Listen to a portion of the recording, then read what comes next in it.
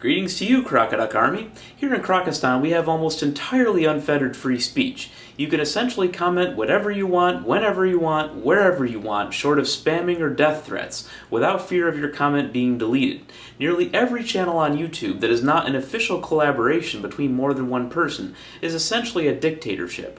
I can talk about nearly whatever I want with no input from anyone else, and I can censor my comments however I'd like. Any sense of fairness or consistency between YouTubers is based on similarity of thoughts, and not any sort of obligation. Though I try to be an enlightened despot, I'm still a despot here on YouTube. We don't live on YouTube, though, and we need to figure out what rights we get in each country, and that can cause conflict. Then along came the recent events in Ferguson, Missouri. We've learned a lot about human behavior in the past 50 years or so.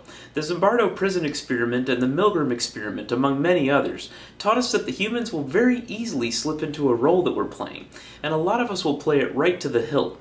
If protesters are treated like animals, made to feel powerless and disrespected, some of them will act like animals, even though nearly all of us see that type of violence as unjustified and harmful to the cause.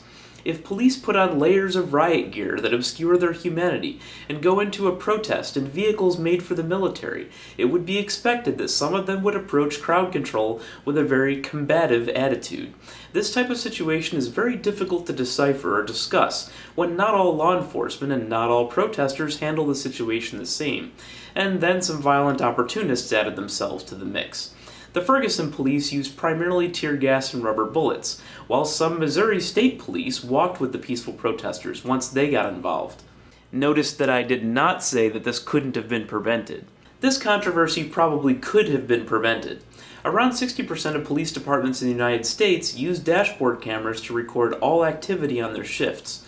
Some even use body cameras to record all interactions with the public.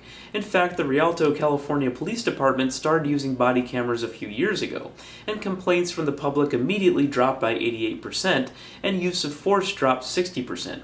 It's difficult to imagine police or citizens objecting to this, and while there is some opposition, most people on both sides of the camera seem okay with it. In Ferguson, Missouri, there were no dash cams and no body cams.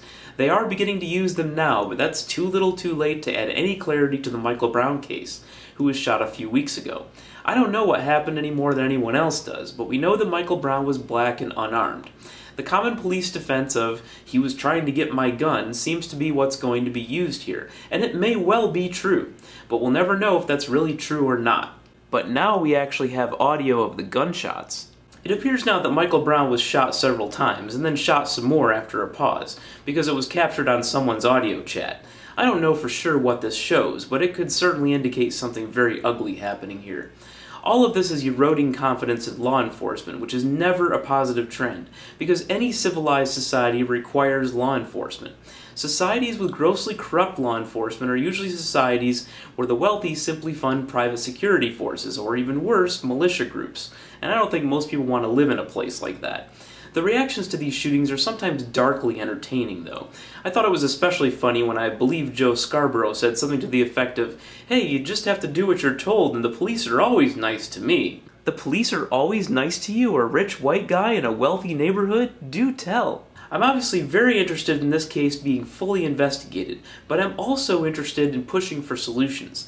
Posting memes on your Facebook page about what all police should do to themselves isn't the same thing as pushing a solution. One of the most awful posts I've seen on the matter is someone saying that he would find it nearly impossible to convict a citizen of killing a cop because he would assume it was self-defense, and that he would similarly be likely to convict any cop of murder in almost any circumstance.